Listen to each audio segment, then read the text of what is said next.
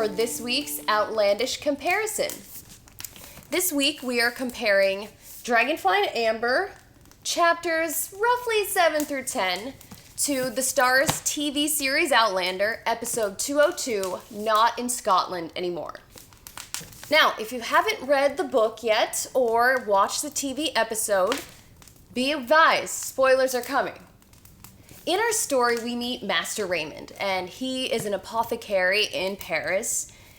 This is really cool because our book and our TV series are very similar. There are many lines derived directly from lines in the book. You get to see the giant crocodile, which is so cool to see on film. And you see that Master Raymond is very impressed with Claire. He's impressed with her knowledge, and that she is not as easily tricked as many members of Parisian aristocracy. There is one difference that we encounter. In our book, at a later point, Jamie advises Claire not to go to see Master Raymond anymore. And it's because Jamie has heard that Master Raymond is an occultist, which, when we think back to our last episode of meeting Count Saint Germain, who is also thought to be an occultist. So Jamie thinks that they're kind of friends. In our TV series, though, you find out right away that Master Raymond and Count Saint Germain, they don't like each other. Murtaugh is one of my favorite characters in our novels and our TV series. The unfortunate thing in our novel is, while we're in Paris, we don't get to see that much or hear that much of what Murtaugh says or does. So in our TV series, we get to see a lot more of that, and it's very cool. You get to see that Murtaugh, he doesn't like France so much. He's homesick for Scotland. He thinks France smells too bad and too many people. You get to see Murtaugh and Jamie having a sword play just to kind of keep up their swordsmanship. And you see all these people gawking and, oh my gosh, what are they doing? Because in France, dueling is outlawed, and they think, oh, they must be dueling. Oh my gosh, this is bad. So it's very cool to see Murtaugh and Jamie doing that. But you also see Murtaugh out in social events in society more than you do in our book. One such instance is when Murtaugh and Jamie encounter Charles Stewart for the first time at a brothel, no less. And Murtaugh kind of gives a second affirmation that, no, I don't think the clans are going to reunite for you and fight this war for you. You also get to see him at a party at the palace of King Louis, and well, Murtaugh essentially provides the comic relief that you need in some of these scenes, and he's just very charming to watch in film. Both in our book and our TV show, you see Jamie having a lot of nightmares. There are many nights where he can't sleep, or he wakes up from a nightmare and he can't fall back asleep, and Claire will try to come just hug him or anything, and he shrinks away. He doesn't want to be touched by another person. And you really feel for Jamie because he's reliving these torturous events that Blackjack put him through.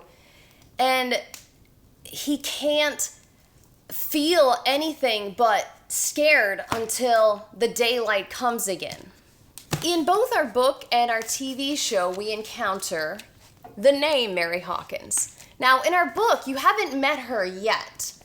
In our TV show, you do meet her at Louise de la Tour's house, which you also haven't met yet in our book.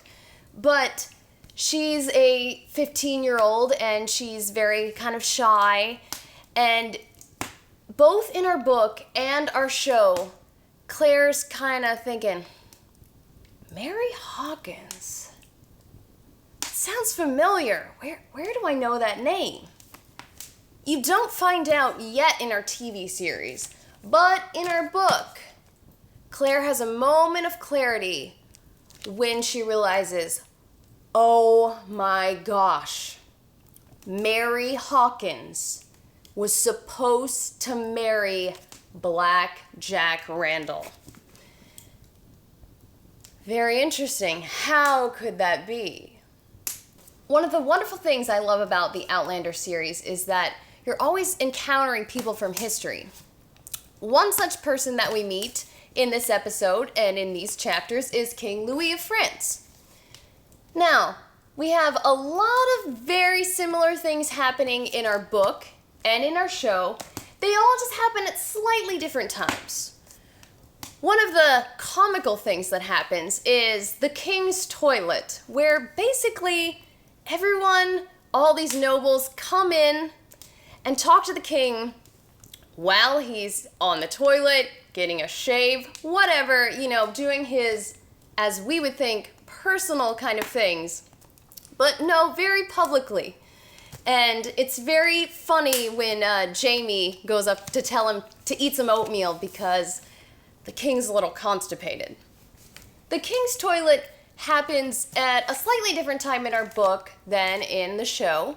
The book, it happens in the morning, like the king's getting ready for the day. But in our show, it happens at this party at the palace. And a lot happens at this party.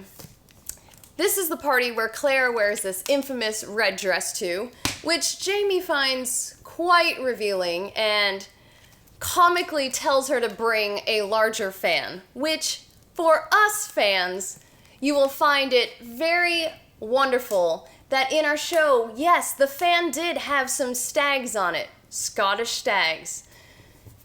Also, something funny that happens at this party is Claire just kind of wants to catch some air, relax a bit, and, well, this count kind of tries to come on to her, and Claire's trying to push him away. Well, in the show, Jamie doesn't really get very physical, but in our book, Jamie throws him into the pond, which is very funny, and the king finds it funny as well. In our show, the party is still continuing. This actually happens the next day in our book. But we meet someone that we haven't seen in a long time again.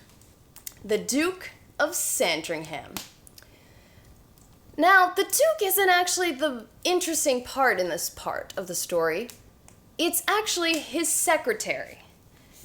Now, in our book, Claire notices his secretary, but she does not think he is who he is.